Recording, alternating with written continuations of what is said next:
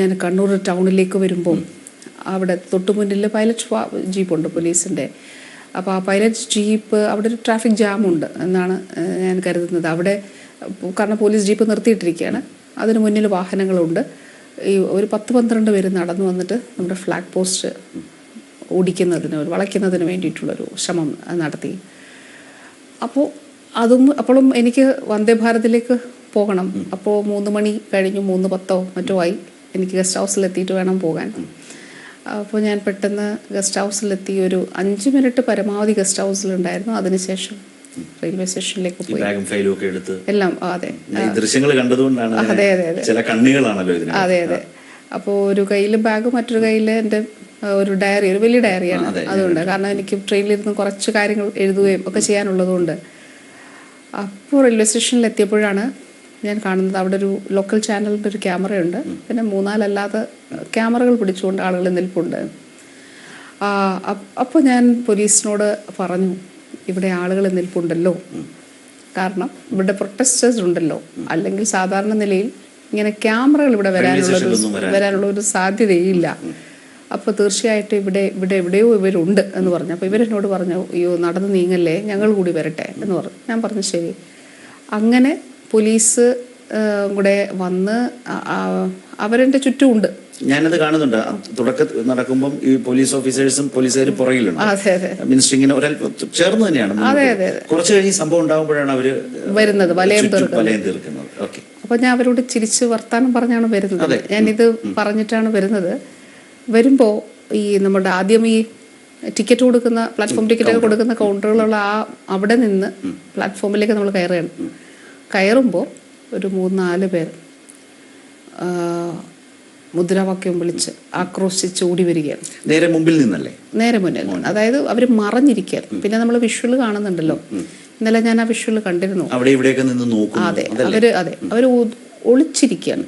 ഒളിച്ച് പതുങ്ങിയിരുന്നിട്ട് അവരൊരു ഒരു പുലിയൊക്കെ ഒരു ഇരയെ കാണുമ്പോൾ ചാടി വീഴുന്ന അതുപോലെയാണ് ഒരു ഒളിച്ചിരുന്നിട്ട് ആ സമയമാകുമ്പോഴേക്കും ഇവർ ചാടി വീഴുകയാണ് ചെയ്യുന്നത്.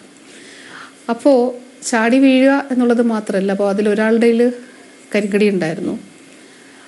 അപ്പോൾ അകത്തേക്ക് മറ്റൊരാൾ ആ സമയത്ത് പോലീസിന്റെ ശ്രദ്ധ ആ ആളിലേക്ക് പോയി. ആ സമയത്ത് കരിങ്കുടിയുള്ള ആള്. അപ്പൊ രണ്ടാമത്തെ ആൾ ഈ പോലീസ് വലയത്തിനുള്ളിൽ നിന്ന എൻ്റെ അടുത്തേക്ക് ആ രണ്ടാമത്തെ ആള് എത്തിയിട്ടുണ്ട്. അത് നമ്മൾ വിഷ്വലിൽ തന്നെ കാണുന്നുണ്ട്. അതിൻ്റെ കൂടെ ഒരു വനിതാ പോലീസ് ഓഫീസർ ഉണ്ടായിരുന്നു. പിന്നെ ഞാനും അവിടെ നിൽപ്പുണ്ട്. അവിടെ ആണ് ഒരു പിടിവലിയും ബഹളവും ഉണ്ടായിട്ടുണ്ടല്ലോ. അപ്പോൾ അതൊരു വലിയൊരു ട്രോമാറ്റിക് സിറ്റുവേഷൻ ആണല്ലോ. എല്ലാം പെട്ടെന്നാണ് സംഭവിക്കുന്നത്. അപ്പോൾ ഇതിൻ്റെ ഇടയിൽ എൻ്റെ ശരീരം നൊന്തു, എനിക്ക് ശരീരം വേദനിച്ചു. അവിടെ നമുക്ക് ആ ഒരു ശരീരം വേദനിച്ച് കഴിഞ്ഞപ്പോൾ പിന്നെ ഞാൻ വളരെ ഇമോഷണലായിട്ട് ഞാൻ അവരുടെ അടുത്ത് പറഞ്ഞു, എനിക്ക് നടക്കണ്ടേ. അപ്പോഴത്തേക്ക് പോലീസ് വരെ പിടിക്കുന്നുണ്ട്. എനിക്ക് ജീവിക്കണ്ടേ, എനിക്ക് ഇതുവഴി നടക്കണ്ടേ. കാരണം ഇതൊരു ഫിസിക്കൽ അസോൾട്ട് ആണല്ലോ.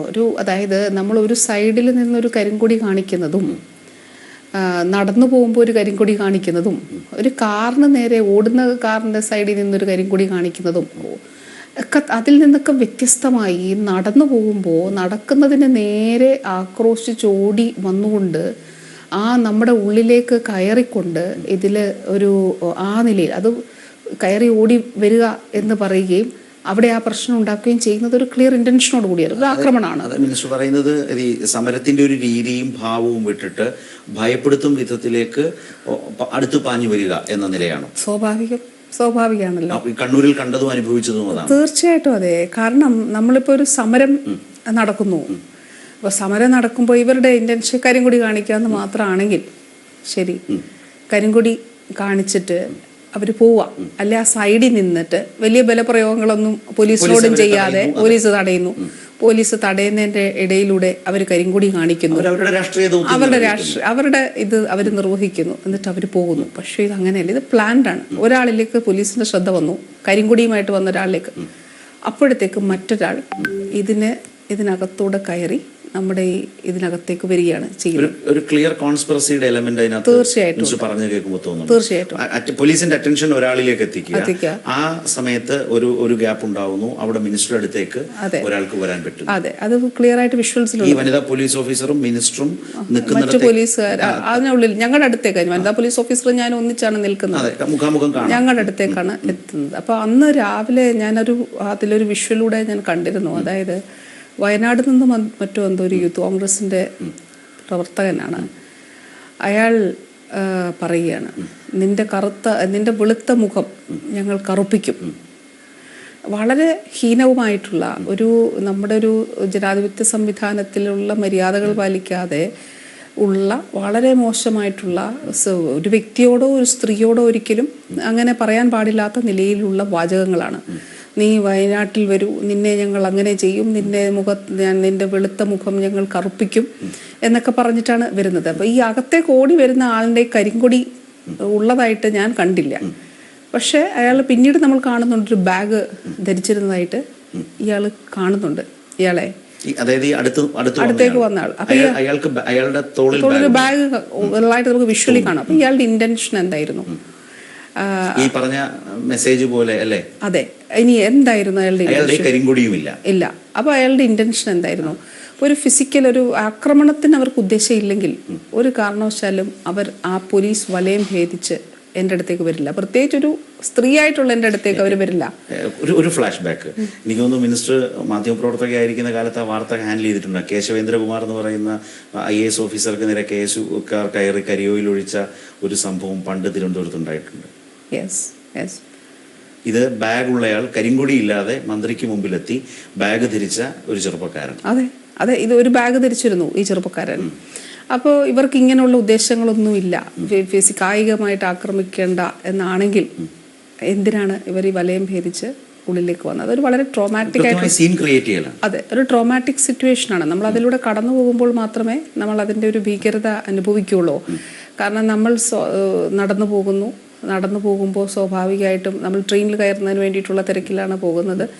ആ സമയത്താണ് ഈ നിലയിലുള്ളൊരു ആക്രമണം, വളരെ പ്ലാൻഡ് ആയിട്ടുള്ളൊരു ആക്രമണം ഉണ്ടാകും. പിന്നെ ഇപ്പോൾ ഞാൻ അറിയുന്ന ഒരു കാര്യം കൂടിയുണ്ട്. അന്നേരം നമുക്കിതൊന്നും അറിയില്ലല്ലോ. ഈ ആൾ കണ്ണൂർ ജില്ലക്കാരനല്ല, അയാൾ മറ്റൊരു ജില്ലയിൽ നിന്ന് വന്ന ആളാണ്. അപ്പോൾ ഇതൊരു പ്രാദേശികമായിട്ടുള്ള ഒരു ആലോചനയുടെ ഭാഗമല്ല, ഒരു സ്റ്റേറ്റ് ലെവലായിട്ടുള്ള ഒരു ആലോചന ഇതിൻ്റെ ഭാഗമായിട്ട് നടന്നിട്ടുണ്ട്. വയനാട് നിന്നൊരാൾ പറയുന്നു, നിന്റെ അവളുടെ മുഖം ഞങ്ങൾ കറുപ്പിക്കും. മറ്റൊരാൾ മറ്റൊരു ജില്ലയിൽ നിന്ന് വന്നിട്ട് ഇവിടെ ഇൻട്രൂഡ് ചെയ്ത്, അതായത് ആ ഒരു വലയം ഭേദിച്ച് അകത്തേക്ക് വന്നിട്ട് ആക്രമിക്കുകയാണ്. അപ്പോൾ ഇതൊരു വളരെ ഒരു ഫിസിക്കൽ അസോൾട്ട്, ഒരു കായിക ആക്രമണം വെൽ പ്ലാൻഡ് ആയിട്ടാണ് നടത്തിയിട്ടുള്ളത്. അതിലവർ ഒരു പരിധി വരെ വിജയിക്കുകയും ചെയ്തു. കാരണം മിനിസ്റ്റർക്ക് നേരെ അവരുദ്ദേശിച്ച പോലെ തന്നെ അവർക്ക് ശാരീരികമായിട്ട് കടന്നാക്രമിക്കാൻ കഴിയുന്നു, ശാരീരികമായ ബുദ്ധിമുട്ടുകൾ ഉണ്ടാക്കാൻ പറ്റിയിരിക്കുന്നു. നേരത്തെ മിനിസ്റ്റർ പറഞ്ഞു, എൻ്റെ ശരീരം നൊന്തു എന്നാണ് പറഞ്ഞത്. എന്ന് വെച്ചാൽ ആ ബഹളത്തിനിടയിൽ ഉണ്ടായിട്ടുള്ള ഈ പിടിവലിയുണ്ട്, അതിനിടയിൽ ഇയാളെ ഒന്ന് മെരുക്കി പിടിച്ച് നിർത്താനായിരിക്കുമല്ലോ പോലീസ് ശ്രദ്ധിക്കുന്നത്. പക്ഷെ അയാളുടെ ലക്ഷ്യം മിനിസ്റ്ററാണ്. ഇതിനിടയിലാണോ ഈ പറഞ്ഞ ശരീരം നൊന്ത ഒരവസ്ഥ ഉണ്ടായത്? തീർച്ചയായിട്ടും. കാരണം ഇപ്പോൾ നമ്മുടെ റിപ്പോർട്ടുകൾ പറയുന്നതും നമുക്ക് ശരീരത്തിന് ക്ഷതമേറ്റു എന്നുള്ളതാണല്ലോ. ഈ കഴുത്തിന്റെ ഈ കൈയിലേക്കും അതോടൊപ്പം തന്നെ നമ്മുടെ കഴുത്തിലേക്കുള്ള നാഡികൾക്ക് ക്ഷതമേറ്റു എന്നാണ് MRIയുടെ ഇതിനകത്ത് ഉള്ളത്. അപ്പോൾ ഏതായാലും ഇങ്ങനൊരു അവർ സൃഷ്ടിച്ചൊരു സാഹചര്യം, അതിലൂടെ നമുക്ക് ഈ തരത്തിലുള്ള ക്ഷതമേൽക്കുകയും ചെയ്യുന്നുണ്ട്. നമ്മുടെ ശരീരം വേദനിച്ചു. അതോടൊപ്പം തന്നെ അതിനുശേഷം അടുത്ത കൂട്ടം വരുന്നുണ്ട്. അടുത്ത കൂട്ടരും വന്ന് ഇതുപോലെ അവരെ പോലീസ് മാറ്റിക്കൊണ്ടുപോകുന്നു.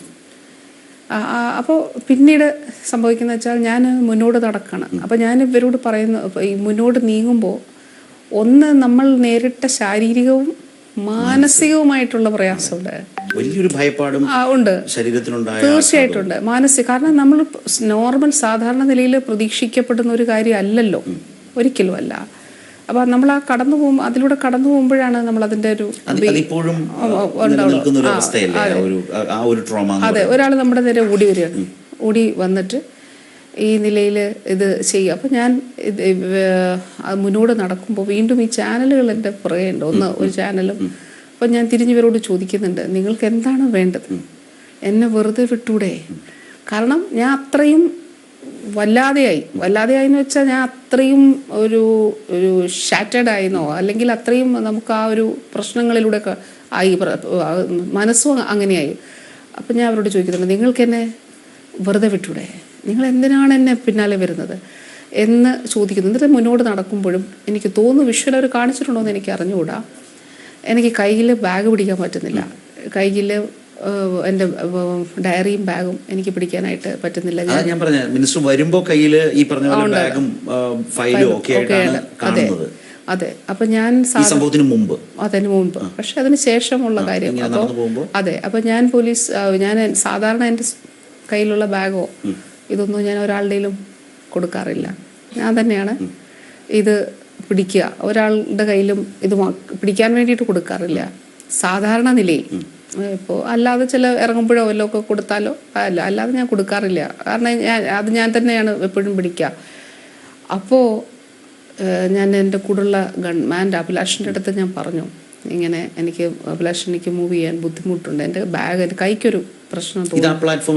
പ്ലാറ്റ്ഫോമിൽ നടക്കുമ്പോഴാണ്, മുന്നോട്ട് നടക്കുമ്പോൾ. അപ്പോൾ എന്നിട്ട് നമ്മൾ എസ്കലേറ്ററിൽ കയറി. അപ്പോൾ ആദ്യം ഞാൻ വിചാരിക്കുന്നത് ഈ പ്ലാറ്റ്ഫോമിൽ തന്നെയാണ്. അപ്പോൾ അതിനുശേഷം മുന്നോട്ട് നടന്ന് അവർ പറഞ്ഞാൽ എസ്കലേറ്ററിൽ കയറി.